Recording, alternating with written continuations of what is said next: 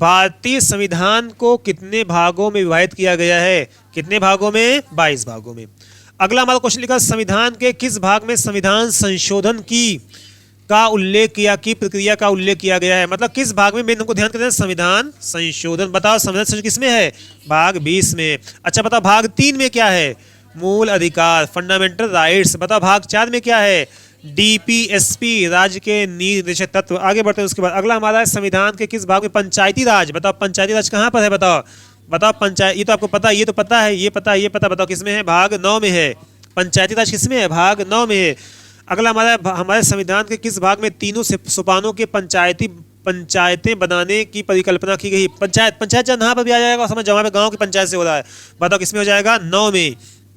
अगला हमारा लिखा हुआ निम्नलिखित में से संविधान का कौन सा भाग नगर पालिका का मतलब क्या है? शहरी स्वशासन। बताओ ये किसमें है? किसमें है? 9 के ए में है। किसमें है? ये 9 के ए में है। कितने स्तरों की होती है? 3 स्तरों की। अगला हमारा है, संविधान के किस भाग में नीति निर्देशक तत्वों का वर्णन है? Directive principles. कौन से? बताइए। तृतीय, चतुर्थ। कौन सा है? चतुर्थ, मतलब 4th में है। अगला हमारा क्वेश्चन, संविधान के भाग 1 में किसका वर्णन किया गया है? संघ और उसका राज्य क्षेत्र। बताओ नागरिकता किसमें है? 2 में। मूल अधिकार किसमें है? 3 में। निर्देशक किसमें है? 4 में।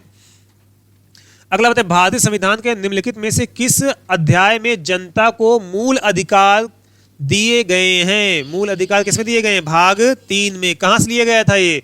यूएसए से। वर्तमान में कितने अधिकार हमारे पास हैं? 6। मूल संविधान में कितने थे? 7। मूल संविधान में कितने थे? 7। कौन सा अधिकार अब हमारा अधिकार नहीं रहा? संपत्ति का अधिकार। संपत्ति का अधिकार। संपत्ति का अधिकार। बताओ संपत्ति का अधिकार अब क्या बन गया है? अब क्या बन गया है? ये संपत्ति का अधिकार अब क्या बन गया है? अब क्या बन गया है? ये कानूनी अधिकार बन गया है। क्या बन गया? ये कानूनी अधिकार बन गया है। इसको किस आर्टिकल में रख दिया गया है? 300 के ए में रख दिया गया है। ठीक, आगे बढ़ते हैं। इसके बाद अगला हमारा क्वेश्चन, भारतीय नागरिकों के मूल कर्तव्यों का वर्णन संविधान के किस भाग में दिया गया है? बताओ किसमें है? 4 के ए में। किसमें है ये? 4 के का मतलब होता है ए। भाग 1 में क्या है? बताओ संघ राज्य क्षेत्र। बताओ भाग 2 में क्या है? नागरिकता। भाग 4 में क्या है? डीपीएसपी। क्या है? डीपीएसपी। अगला हमारा है, भारत के संविधान का भाग 4 किससे संबंधित है? क्या बताता है? बताइए। राज्य के निर्देशक तत्व। बताओ मूल अधिकार किसमें है? 3 में। बताओ नागरिकता किसमें है? 2 में। मूल कर्तव्य किसमें है?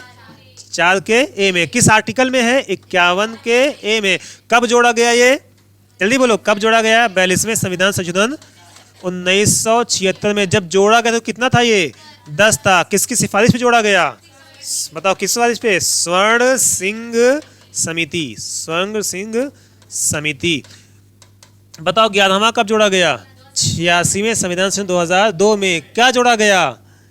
बच्चों को शिक्षा के लिए माँ बाप क्या करें? प्रेरित करें जो है। अब प्रेरित करने का मतलब पीट पाट का नहीं मतलब पीट पाट का नहीं कि मार तोड़ फोड़ दे जो है, टाफी दे के बहला के फुसला के। अगला, संघीय कार्यपालिका की व्याख्या संविधान के किस भाग में की गई है? संघीय कार्यपालिका। संघीय कार्यपालिका बताइए।